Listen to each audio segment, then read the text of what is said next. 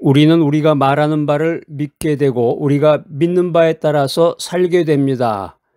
저명한 신학자이자 철학가인 오스왈드 챔버스의 통찰력 있는 말입니다. 그의 말처럼 우리의 랭귀지는 단순한 이 커뮤니케이션의 도구를 넘어서 우리의 내면 세계, 인격을 형성하는 강력한 힘을 지닙니다. 그는 말의 단순한 발화가 아니라 그 말 속에 담긴 의미와 의지가 우리의 신념을 구축하고 그 신념이 우리의 삶의 방향을 결정짓는다고 강조하고 있습니다. 라틴어 페르소나는 소리를 통과시키는 것이라는 뜻을 가지고 있습니다. 고대 연극에서 배우들이 사용하던 가면을 뜻하는 말이 이 페르소나라는 말인데, 이 가면을 통해서 배우의 목소리가 울려 퍼져서 관객들에게 전달이 되었던 것입니다.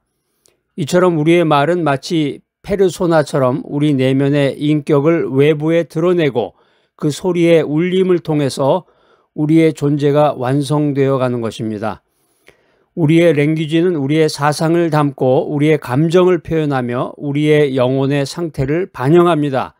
그렇기 때문에 우리는 우리가 하는 그 말의 무게와 영향력을 깊이 인식해야 하는 것입니다. 성경은 인간의 말이나 언어를 하나님의 창조 사역과 인간의 책임에 깊이 연결시키고 있습니다. 칼바르트와 같은 이 신학자들은 하나님의 말씀이 천지를 창조하셨듯이 우리 인간에게도 언어를 통해서 창조적인 능력을 주셨다고 해석하고 있습니다. 우리의 말은 단순히 정보를 전달하는 것을 넘어서 생명과 죽음의 능력을 지니고 있습니다. 잠언 18장 21절은 죽고 사는 것이 혀의 권세에 달렸나니 혀를 쓰기 좋아하는 자는 그 열매를 먹으리라, 이렇게 말씀하고 있습니다. 이 말씀은 우리의 말이 우리의 삶뿐만 아니라 타인의 삶에도 지대한 영향을 미친다는 강력한 경고의 메시지입니다. 빌리 그레함 목사님은 우리의 말은 우리의 마음을 드러내는 창문이며 우리가 믿는 것을 보여주는 거울이라고 말했습니다. 이것은 우리의 언어가 우리의 영적인 상태, 다시 말해서 우리의 믿음의 깊이와 성숙도를 나타낸다는 것을 의미합니다. 그렇기 때문에 우리는 우리의 말을 통해서 하나님의 영광을 드러내고 사랑과 은혜를 전하고 생명을 살리는 데 힘써야 하는 것입니다.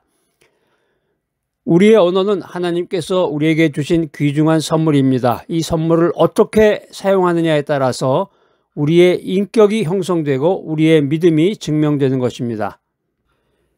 야고보서 3장 6절 말씀입니다. 혀는 곧 불이요 불의의 세계라. 혀는 우리 지체 중에서 온몸을 더럽히고 삶의 수레바퀴를 불사르나니 그 사르는 것이 지옥불에서 나느니라. 야고보서 3장 6절 말씀은 아주 이 혀의 강력한 영향력을 경고하는 아주 굉장히 중요한 철학적 메시지입니다. 여기서 이제 혀라고 하는데 혀는 이제 단순히 신체 기관을 넘어서 우리의 말과 언어를 상징하고 있습니다. 혀는 이제 글로사인데, 헬라어 글로사는 말을 의미합니다. 혀나 말이라는 뜻이 있는데, 여기서 또 불이라는 말이 뒤이어서 드러나왔는데, 불은 피루입니다. 피루. 파괴적인 힘을 상징하고 있습니다. 오늘 이 성경 말씀은 우리의 말이 불처럼 파괴적인 힘을 지니고 있어서 우리의 전인격을 더럽히고 삶의 수레바퀴, 우리 삶의 모든 영역을 불사를 수 있음을 경고하는 것입니다. 삶의 수레바퀴라고 하는 것은 생명의 순환, 또 탄생의 바퀴라는 것을 의미합니다. 이 말은 우리의 일생 전체, 우리의 인생 여정 전체를 의미하는 말입니다. 삶의 수레바퀴, 예전에 그 헤르만 헤세의 수레바퀴 아래서라는 그 유명한 책이 있었는데, 제가 이제 중학교 때 그 책을 읽었던 것 같은데 아주 굉장히 그때 큰 영향을 받았습니다. 삶의 수레바퀴라는 말이 오늘 여기 이제 야고보서 3장 6절에 등장하는데, 우리가 무심코 내뱉는 이 말 한마디가 우리의 인생 전체에 걸쳐서 치명적인 영향을 미칠 수 있음을 우리가 기억해야 되겠습니다. 야고보서는 예수님의 동생인 야고보가 흩어져 있는 유대인 크리스찬들에게 보낸 편지입니다. 이 편지는 믿음과 행함의 중요성을 강조하고 구체적인 윤리적인 지침을 제시하고 있습니다. 특별히 3장에 가면은 혀의 위험성과 중요성에 대해서 집중적으로 다루고 있습니다. 당시에 이제 초대교회 안에서도 말로 인해서 발생하는 분쟁과 다툼이 많았던 것으로 생각합니다. 야고보는 이런 문제를 해결하기 위해서 혀를 제어하는 것이 얼마나 중요한 것인가 하는 것을 역설하고 있습니다. 혀는 작지만 온몸을 움직이는 배의 키와 같고 작은 불꽃이 큰 숲을 태우는 것과 같다고 비유하면서 그 파괴력을 성경은 경고하고 있습니다. 요즘은 예전에 비해서 욕이 아주 흔한 세상이 됐습니다. 영화나 드라마 같은 데 보면은 아주 저속하고 비열한 욕 같은 것을 쉽게 하고, 유튜브 같은 걸 보면은 그 유튜브는 방송법에 해당이 안 되기 때문에, 저촉이 안 되기 때문에 그 유튜버들이 유튜브를 진행하면서 막 욕을 욕을 막 해대는 경우도 있고, 아주 그냥 우리가 살아가는 이 지금 현실의 세상에서 욕이라는 것이 예전에 비해서 엄청나게 막 이렇게 드러나는 세상에 이 혀에 대한 아주 야고보의 아주 중요한 메시지가 우리들에게 들려오고 있습니다. 오늘 하나님의 말씀이 우리들에게 전해주는 핵심 메시지 여러분과 함께 나눠보겠습니다. 첫 번째 메시지는 우리의 말은 우리의 인격과 같다 하는 것입니다. 우리가 내뱉는 말은 단순히 공기를 흔드는 소리가 아니라 우리의 내면 세계를 반영하고 우리의 인격을 형성하는 강력한 힘을 지니고 있습니다. 하나님께서 말씀으로 천지를 창조하셨듯이 우리에게도 언어라는 창조적인 능력을 주셨습니다. 우리가 긍정적이고 은혜로운 말을 할 때 우리의 인격은 사랑과 선함으로 채워집니다. 그러나 반대로 비난과 부정적인 말을 반복하면 우리의 인격은 그 그림자에 갇히게 되는 것입니다. 우리가 인생살이 할 때 우리의 말이 단순한 소리를 넘어서 우리의 존재를 구성하는 요소임을 인식하고 인격적인 성숙을 위해서 이 언어 생활에 주의를 기울여야 합니다. 최근에 이제 페이스북 같은 데도 보면은 정치 관련으로 해가지고 이제 사람들이 한참 막 열을 올리고 그럴 때 그냥 모든 사람들이 다 욕을 해대면서 막 쌍욕이라고 그러죠. 육두문자를 써대면서 막 그러는데 가관이라고 그럴까. 참 저 사람이 평소에 얌전하고 점잖은 사람 같았는데 왜 이렇게 욕을 해야 될까. 결국에 가서는 사람의 자신의 속에 있는 것이 바깥으로 드러나는구나 하는 생각을 했습니다. 두 번째 메시지는 소리는 인격의 완성이다. 우리가 오늘 이제 라틴어 페르소나라는 말을 이제 공부했는데, 페르소나라는 게 소리를 통과하는 것이다 이런 뜻을 지녔는데, 우리의 말이라고 하는 게 우리 내면의 인격을 외부로 드러내는 통로다라는 것입니다. 우리의 말을 통해서, 우리의 랭귀지를 통해서, 우리의 언어를 통해서 나의 생각, 감정, 신념이 울려 퍼진다는 것입니다. 그래서 그 소리를 통해서 나의 존재가 세상에 알려진다라는 것입니다. 그래서 우리가 역사를 공부해 보면 고대 그리스 시대 때는 그 연설이 있죠. 요즘에 말하는 스피치, 연설이 그 지도자의 하나의 그 덕목 중에 하나였습니다. 말하는 거.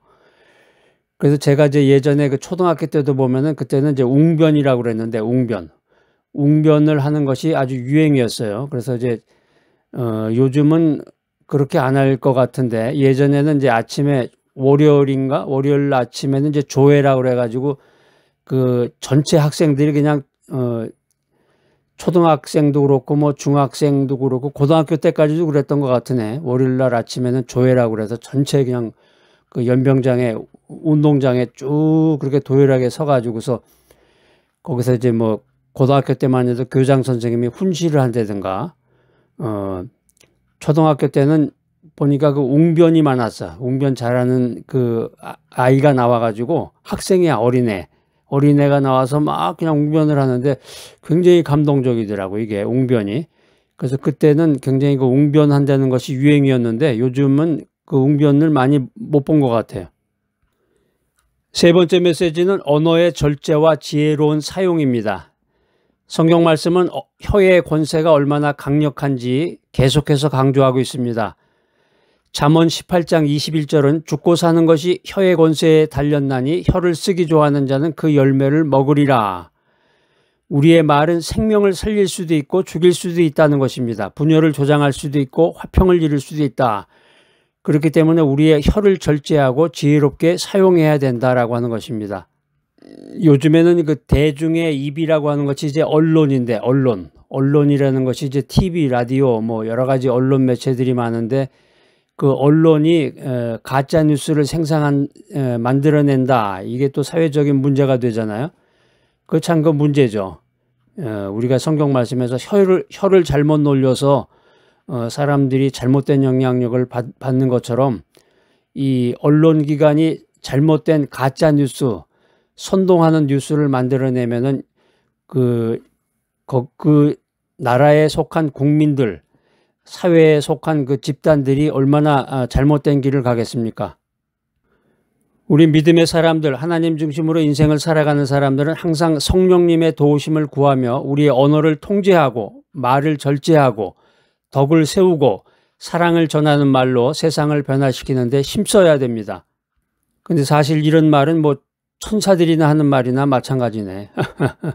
세상이 너무 악해져 가고 아까 얘기처럼 그냥 쉽게 욕을 해대고 소셜 매체에다가 대고서 그냥 평소에 얌전하던 사람도 그냥 막 갖다 욕을 해대고 유튜브 같은 데서도 그냥 쌍욕을 막 해대고 그런 세상이 됐는데 우리가 성령의 도우심을 구하면서 세상을 변화시키는 아름다운 이야기를 해야 된다. 이건 뭐 정말 천사들이나 하는 이야기인지 그렇지만 우리가 믿음 가운데서 항상 성령님의 도우심을 구하며 정신을 차려야 되겠습니다. 성경을 연구해 보면 우리가 그러니까 어떤 주제를 가지고서 그 아이디어를 얻어 가지고 어떤 영감을 받고 훈련을 한 다음에 성경을 보게 되면 성경에 있는 그 메시지가 눈에 쫙 들어오는 거예요. 한 번에. 말의 능력으로 인격을 드러낸 신앙의 용사가 있습니다. 누구예요? 처음에는 잘 몰랐는데 오늘 이제 이런 랭귀지에 대해서 공부를 하다 보니까 그 사람이 그 사람이고 그게 그렇게 되는구나 이런 생각을 하게 되죠. 그게 바로 이제 다윗이죠. 다윗. 이 다윗이 구약 성경에서 이제 가장 위대한 인물 중에 하나인데 구약을 대표하는 사람이 누굽니까? 그러면 뭐 여러 중요한 사람이 있는데 대표적인 사람은 이제 모세와 다윗이죠. 뭐 엘리야도 있고 뭐 여러 중요한 사람들이 많이 있긴 한데 아무튼 이 다윗은 이제 목동이었는데 그의 말과 행동이 아주 깊은 믿음과 뛰어난 인격을 드러냈다. 이렇게 성경은 말합니다. 오늘 여러분들 이제 성령의 능력으로 이 말씀을 한번 해석을 해 보시기 바랍니다. 다윗이 골리앗 앞에서 사무엘상 17장 45절에 보면은 너는 칼과 창과 단창을 가지고 내게 나아오거니와 나는 만군의 여호와의 이름 곧 네가 모욕하는 이스라엘 군대의 하나님의 이름으로 네게 나아가노라 이렇게 선포했어요. 다윗이 골리앗과 싸움을 할 때. 그러니까 다윗이 했던 말은 단순한 용기를 보여주는 것을 넘어서 하나님에 대한 절대적인 신뢰와 용맹함을 드러낸 말입니다. 이게.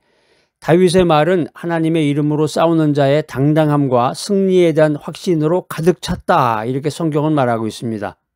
오늘 어떠세요? 여러분 이 사무엘상에 있는 말씀을 들어보니까 그게 그런 거로구나. 이 다윗을 통해서 우리가 이 말의 힘을 배우게 되죠.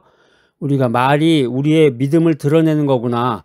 우리 안에 있는 하나님의 능력을 발휘하게 하는 도구가 말이로구나 하는 것을 우리가 깨닫게 됩니다.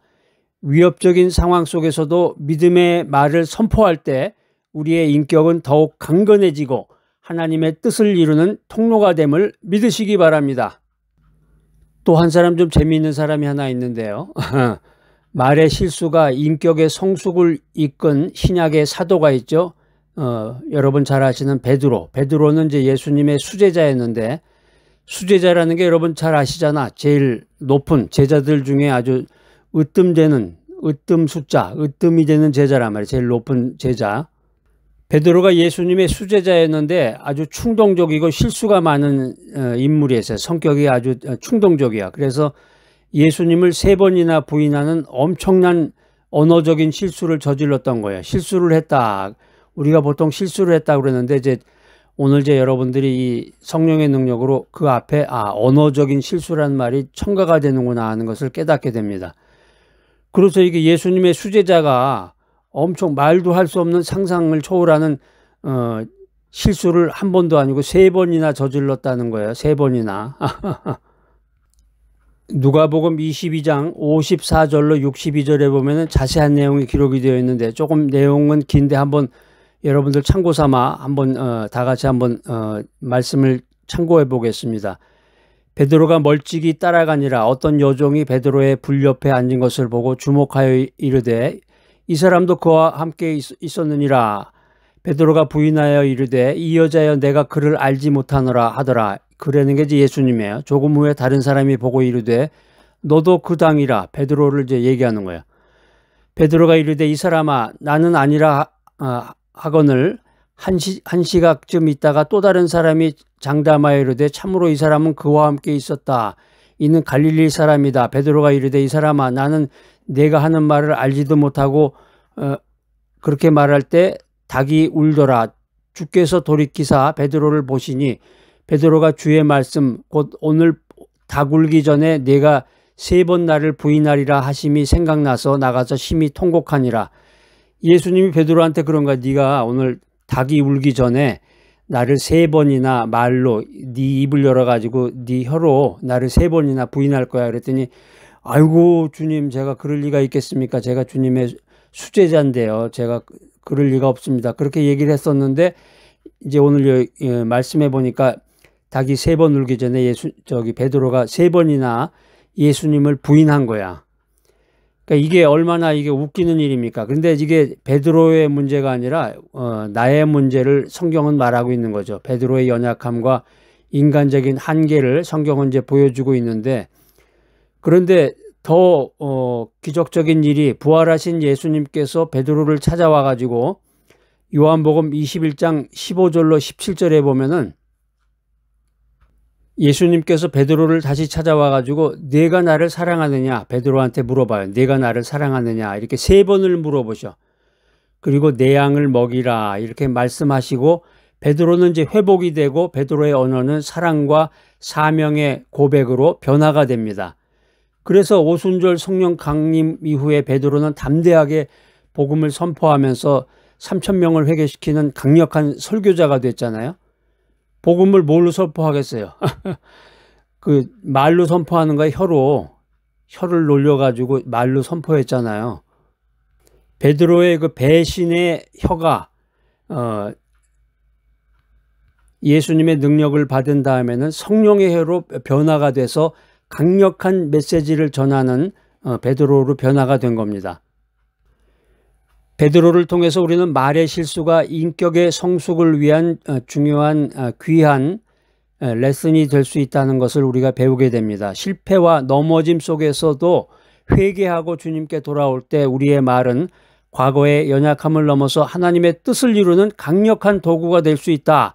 이 사실을 믿으시기 바랍니다. 중요한 것은 실수를 인정하는 거예요. 실수를 인정하고 회개하고 주님의 말씀에 순종하는 것입니다.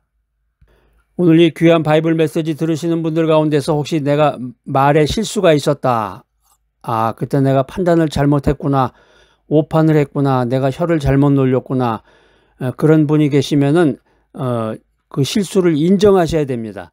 그 실수를 인정하고 회개하고 주님의 말씀에 복종할 때 여러분의 인격이 성숙됨을 믿으시기 바랍니다. 우리가 신약 성경을 읽어보면은 예수 그리스도와 성령의 능력과 이 랭귀지가 아주 깊이 연결이 되는구나 하는 것을 알게 됩니다. 이제 오늘 이 시간부터 여러분들이 성경을 읽을 때 이 랭귀지, 언어, 말에 대해서 관심을 가지고 주의 깊게 이렇게 읽어보시기 바랍니다. 예수님이 성경에 보면은 신약 성경이 그렇게 되어 있잖아요. 보면은 예수님이 요한복음 1장 1절에 보면 그 말이 나오는데 예수님이 친히 말씀이 육신이 되셨단 말이에요. 태초에 말씀이 계시니라 이 말씀이 하나님과 함께 계셨으니 이 말씀은 곧 하나님이시니라. 여러분들 가운데 혹시 이제 이 메시지 들으시는 분들 가운데서 교회 다니신 지 얼마 안 되시고 예수님에 대해서 잘 모르시는 분이 있으면 요한복음 1장을 한번 읽어보세요. 다른 거 다 보지 마시고 요한복음 1장을 한번 쭉 한번 읽어보세요. 되게 굉장히 흥미로우실 거야.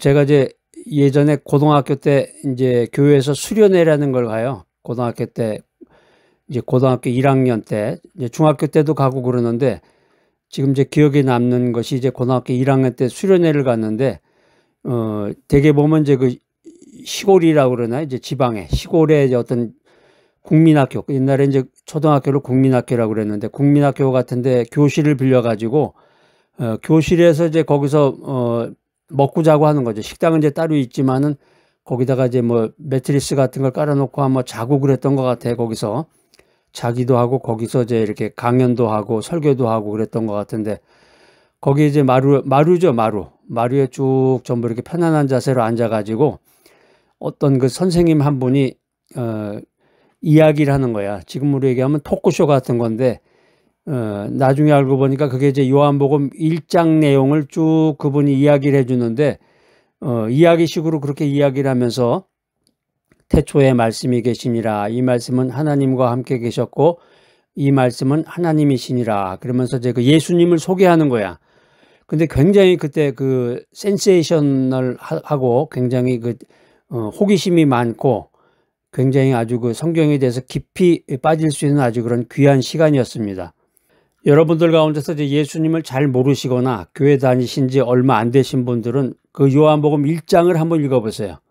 쭉 한번 끝까지 뭐 시간 얼마 많이 걸리지 않을 테니까 천천히 한번 관심을 가지고 읽어보시면 굉장히 흥미로우시고 그 성경을 읽는 가운데서 성령님이 함께 하시고 성령이 충만하게 되면은 여러분들의 믿음이 일취월장하게 됩니다. 요한복음을 보면 이제 예수님의 말씀이라는 게 이제 말이잖아요. 혀를 가지고 하는 말. 예수님의 말씀은 권세와 능력이 있었다. 이렇게 성경이 말하고 있습니다. 예수님이 말로 병든 자를 치유하고 귀신도 쫓아내고 죽은 자도 살리시고 그러니까 예수님의 이 말씀이라는 것이 크리에이티브 어빌러티라는 거야. 예수님의 말씀이 창조적인 능력을 나타냈다. 마태복음 8장 16절에 보면 저물매 사람들이 귀신 들린 자를 많이 데리고 예수께 오거늘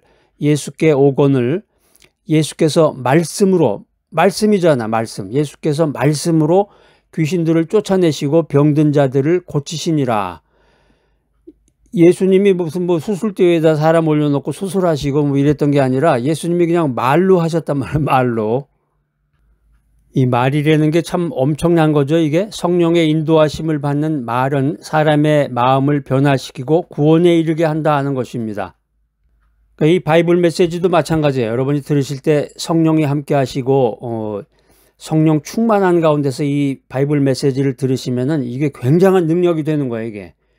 그런데 그냥 이 바이블 메시지를 들으면서 그냥 그런가 보다, 그냥 교양인가 보다, 이게 좋은 정보가 나오나 보다 이렇게만 생각하면은 귀한 내용을 듣는 건 사실이지만 능력은 받을 수가 없는 거죠. 능력을. 우리가 신학적으로 조직 신학적인 관점에서 이 랭귀지와 사람의 그 인격을 연구해 보면은 언어와 인격의 관계가 이 삼위일체 하나님의 신비와 연결됩니다. 성부, 성자, 성령, 삼위 하나님은 서로 완전한 교제를 나누시면서 그 교제는 말씀을 통해서 이루어진다 하는 사실을 우리가 알게 됩니다. 성자 예수님, 성부는 뭐예요? 성부는 하나님이시고 성부 하나님, 성자 예수님, 그 다음에 성령 하나님 이렇게 계시는데 성자 예수님은 성부 하나님의 말씀이시다라는 거예요. 요한복음 1장 1절에 보면은 성령님은 말씀을 깨닫게 하시는 분이라는 거예요. 성령님은 말씀을 깨닫게 하신다. 그러니까 이게 여러분들이 이제 이 바이블 메시지를 들으셔도 이게 성령이 충만하지 않으면 성령의 인도하심을 받지 않으면 말씀은 깨달을 수가 없어요. 여러분이. 하나님의 진리의 메시지는 깨닫질 못해. 그냥 정보로만 듣는 거야.